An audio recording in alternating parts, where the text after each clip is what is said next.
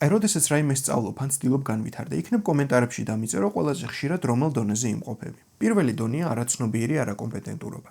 როდესაც არ ვფლობ ინფორმაციას გარკვეული შენთვის საჭირო და გამოსადეგი უნარების შესახებ და გაკლია უხეშად რომ ვთქვათ ცოდნა. მეორე არის ცნობიერი არაკომპეტენტურობა, როდესაც გსმენია გარკვეული უნარებისა და ცოდნების შესახებ, მაგრამ არ ვფლობ სრულყოფილად. იცი თუ სად იშოვა, მაგრამ არ მიდიხარ მასთან. მესამე არის ცნობიერი კომპეტენტურობა, როდესაც ვფლობ უნარებსა და ცოდნებს, მაგრამ გჭირდება თავს ძალა დაატანო იმისათვის, რათა მიიტანო ინფორმაცია სხვა ადამიანებამდე. და მეოთხე, არაცნობიერი კომპეტენტურობა, როდესაც გარკვეული უნარის პერფორმანსი გადადის ავტომატურ რეჟიმში.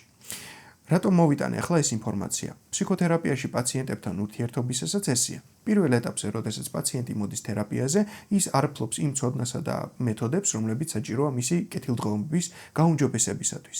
ხშირ შემთხვევაში მაინც გაიგებ წინადადებებს, როგორიცაა ყველაფერზე მიფიქრია, მაგრამ ვერაფერს ვცვლიო. მაგრამ კითხვის დასმა თუ რატომ და ფიქრი ორი განსხვავებული მოცემულობაა. და როდესაც მას უტარდება გარკვეული ფსიქოგანათლება მისი პრობლემის შესახებ, ის გადადის მეორე დონეზე, როდესაც მან იცის, რომ ესა თუ ის პრობლემა არსებობს და როგორ ხდება მისი მოგვარება. ან ვერ მოგვარება. ესეც მეტწილად პაციენტზეა დამოკიდებული. შეიძლება ორი ადამიანი გეჯდეს და ერთმა დავალება ისე გააკეთოს, როგორც მიეძი, მეორემ კი საერთოდ ვერ გაიგოს დავალების შინაარსი.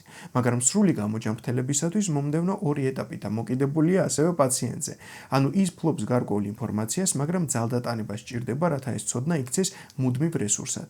აქაც ხშირად მოქმედება არ სურთ. ელოდებიან რაიმე ჯადოსნური წინადადების გაგონებას, რათა პრობლემა მოგვარდეს.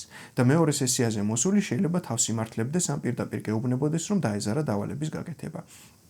და არ დგავს არანაირ ნაბიჯს, რათა ხელახლა აღარ ჩავარდეს მსგავსი პრობლემური სიტუაციის წინ.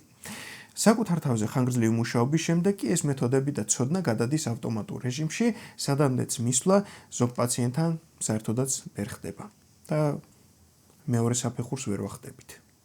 ამიტომ კომენტარებში დამიწერე, ხშირად რომელ დონეზე იმყოფები.